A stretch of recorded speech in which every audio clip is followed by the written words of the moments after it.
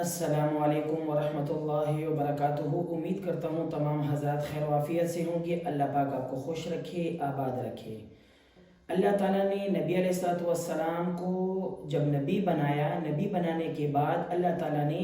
صرف ان کے ذمے یہ نہیں کہا کہ آپ نے صرف مردوں کی رہنمائی کرنی، بلکہ اللہ تعالیٰ نے نبی علیہ الصلوۃ والسلام کے ذمے یہ کام بھی لگایا تھا کہ تمام جہانوں کے لیے آپ نبی ہیں، صرف مردوں کے لیے نہیں بلکہ عورتوں کے لیے بھی ہیں، یعنی مرد اور عورت دونوں کو شامل کر دیا، صرف مرد کو شامل نہیں کیا گیا۔ اب عورتوں کے حوالے سے کچھ باتیں ہیں جو ہمارے فقہ میں بھی موجود ہیں، اور آج کل کے عورتوں میں یہ رواج بھی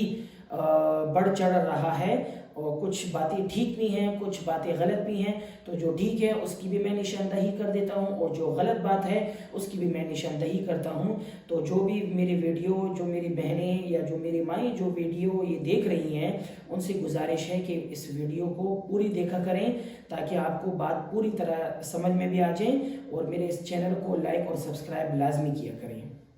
انشاءاللہ اس طرح کی اور بھی ویڈیوز میں آپ کو بتاتا رہوں گا۔ عورتوں کا دانتوں پر دنداسے ملنے کا حکم، دنداسا ملنے کا حکم، عورتوں کا دانتوں پر دنداسا ملنے کا حکم، یعنی عورتیں جو دنداسا لگاتی ہیں جس کی وجہ سے منہ جو ہے وہ ریڈ سا ہو جاتا ہے، جو عموماً دنداسے بھی لوگ بیچتے رہتے ہیں، تو اس کا حکم کیا ہے؟ عورتوں کے لیے دانتوں پر دنداسا ملنا درست اور جائز ہے، ٹھیک ہے، اس سے کوئی کراہت کی بات نہیں، کیونکہ مقصود دانتوں کو صاف کرنا ہے، چاہے کہ برش کے ذریعے سے ہو چاہے کہ دنداسے کے ذریعے سے ہو، مقصود یہ ہے کہ دانتوں کو صاف کیا جائے کہ دانتوں سے کوئی بدبو نہ آئے۔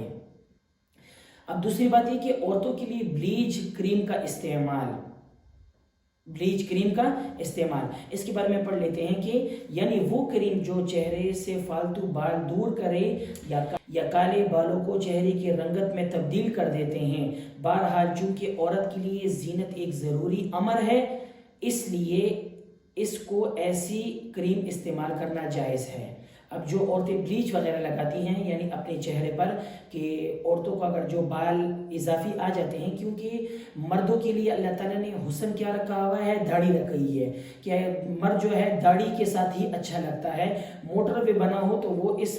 وہ بندہ اس کے ساتھ اچھا نہیں لگتا، تو مردوں کے لیے اللہ تعالیٰ نے داڑھی کا حکم دیا، یعنی نبی رسول صلی اللہ علیہ وسلم نے بھی داڑھی رکھی، ہمیں بھی حکم دیا گیا، تو داڑھی رکھنا سنت ہے، سمجھ میں آ گئی، اور مردوں کا حسن بھی اس میں ہے۔ اب عورت جو ہے، عورت کے لیے بھی، عورت کے میں بھی یعنی چہرے پر بال اضافی آ جاتے ہیں تو اس کو ہٹانا بھی ضروری ہے، کیونکہ عورت کے لیے ہی حسن ہے۔ اگر عورت اچھی لگے گی اپنے ہسبینڈ کے لیے تو اللہ تعالیٰ نے اس پر بھی اس کے لیے اجر رکھا ہے، لیکن اگر کسی عورت کو اس بات کے بارے میں پتہ بھی ہو، بہت سے ایسی عورتیں ہوتی ہیں جو یہ شکایت کرتی رہتی ہیں ہم سے کہ ہم سے ہمارے ہسبینڈ صحیح طریقے سے بات نہیں کرتے، صحیح طریقے سے ملتے نہیں ہیں۔ تو آپ ذرا اپنے آپ پر دیکھیں کہ آپ اپنے آپ کو کس طریقے سے ہیں۔ ٹھیک ہے، گھر کے کام بھی کرنے ہیں، بچوں بھی سنبھالنا ہے، لیکن جب آپ کو پتہ ہو کہ آپ کے ہسبینڈ کے آنے کا ٹائم ہو گیا ہے تو آپ اس کے لیے کچھ بن سنور جائیں، کوئی اپنے لیے یعنی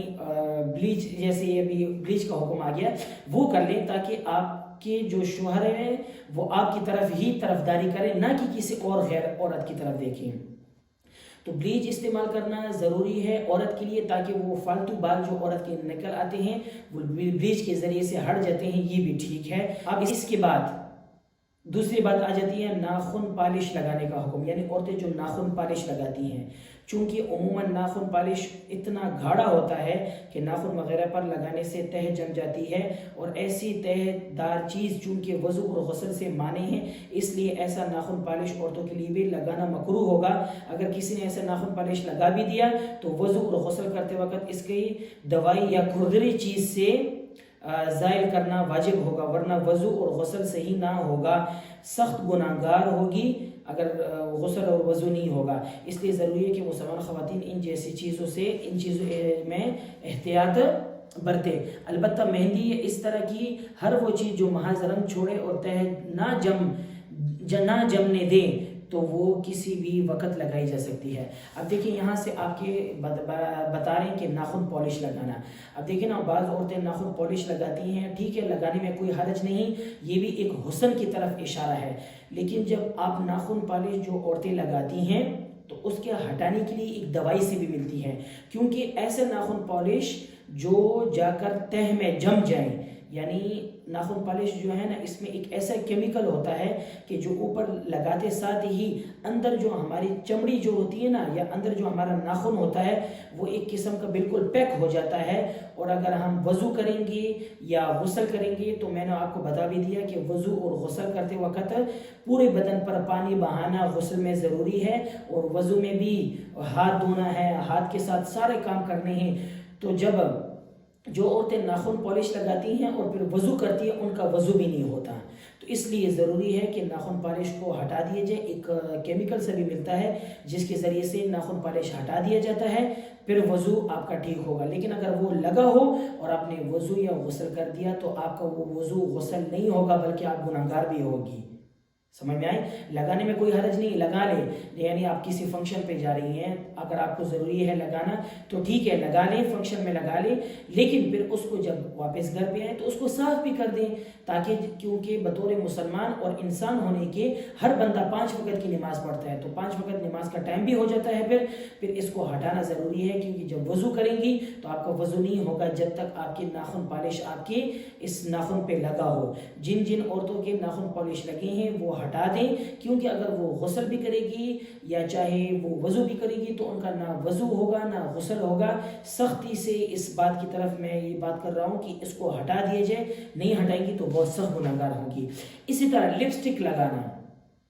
لپسٹک ہونٹوں پر لال یا گلابی وغیرہ رنگ کی تہ چڑھ جانا، جسے عام سادہ زبان میں سرخی اور ماڈرن زبان میں لپسٹک کہا جاتا ہے۔ عورتوں کے لیے تو اپنے گھروں میں خامدوں کی خاطر لگانا جائز بلکہ بہتر ہے، عورتوں کے مجمع میں لگانا جائز ہے، جبکہ غیر شادی شدہ عورتوں کے لیے بوجہ فتنہ کے خوف کے مکروہ اور ناجائز ہے، البتہ جہاں فتنے کا خوف نہ ہو، جیسے قریبی رشتہ داروں کے شادی وغیرہ کے موقع پر، خاص عورتوں کے مجمع میں ان کے لیے بھی گنجائش ہے۔ اب دیکھیں نا، لپسٹک لگانا، لپسٹک کا بھی یہی حکم ہے جو اس کا ہے، جو نیل پالش کا ہے۔ اگر ایسی کوئی لپسٹک ہو جو جم جائے تو وہ لگانا بھی ٹھیک نہیں ہے، اس لیے لپسٹک اگر کوئی لگا لے تو آج کل ہمارے عورتوں کی کیا خامی ہے؟ عورتوں کی خامی یہ ہے کہ اگر وہ اس سے بتایا جائے نا کہ کسی فنکشن میں جانا ہے یا کسی پارٹی میں جانا ہے یا کسی رشتہ داروں کے ہاں جانا ہے تو فوراً سے پہلے وہ تیار ہوتی ہے، سب سے پہلے تیار ہوتی ہے، میک اپ کرتی ہے، یہ کرتی ہے، یا باہر بازار جانا ہو تو میک اپ شیک اپ سب کچھ کرتی ہے، کیونکہ باہر جانا ہے، باہر کس کو جا کر دکھانا ہے۔ اگر یہی میک اپ، لپسٹک لگانا یا ناخن پالش لگانا اگر آپ اپنے ہسبینڈ کے لیے کریں گی تو اللہ تعالیٰ آپ کو اس پر اجر بھی دیں گے، لیکن وہ کام ہم نے کرنے نہیں ہے، کیونکہ خاوند ہمارے روزانہ گھر پہ آتے ہیں، روزانہ گھر پہ آتے ساتھ ہی جب ہمارا سڑا وہ منہ دیکھتے ہیں تو ظاہر بات ہے اس کے منہ سے مسکراہٹ کیا، وہ تو پھر غصے کے آثار ہی ظاہر ہوں گے کہ میں ادھر تھکا ہوا آ رہا ہوں، چاہے تو یہ کہ میں بیٹھ جاؤں اور میری جو بیوی ہے آ کر میرے ساتھ بیٹھ جائیں، اچھی باتیں کریں۔ عورتوں کا کام کیا ہے؟ جب خاوند آ جاتے ہیں سب سے پہلے اپنی نند کی شکایتیں شروع کر دی، پھر اپنے ساس کی شکایتیں شروع کر دی، ادھر جو خاوند تھکا ہوا آتا ہے اس کو آفس کے کام سے فرصت نہیں ملی ہوتی کہ گھر پہ آ کر ان کی باتیں سنیں۔ بہرحال عورتوں کے لیے چاہیے کہ اگر وہ لپسٹک لگا لیں، پہلی بات تو یہ کہ وہ اپنے خامدوں کے لیے لگائیں، لیکن اگر غیر شادی شدہ عورتیں ہیں، ٹھیک ہے نا، یعنی ابھی تک ان کی شادی نہیں ہوئی تو ان کے لیے بھی لپسٹک لگانا صحیح نہیں ہے، یعنی اگر خوف اور فتنے کا اندیشہ ہو، یعنی باہر اگر وہ جاتی ہیں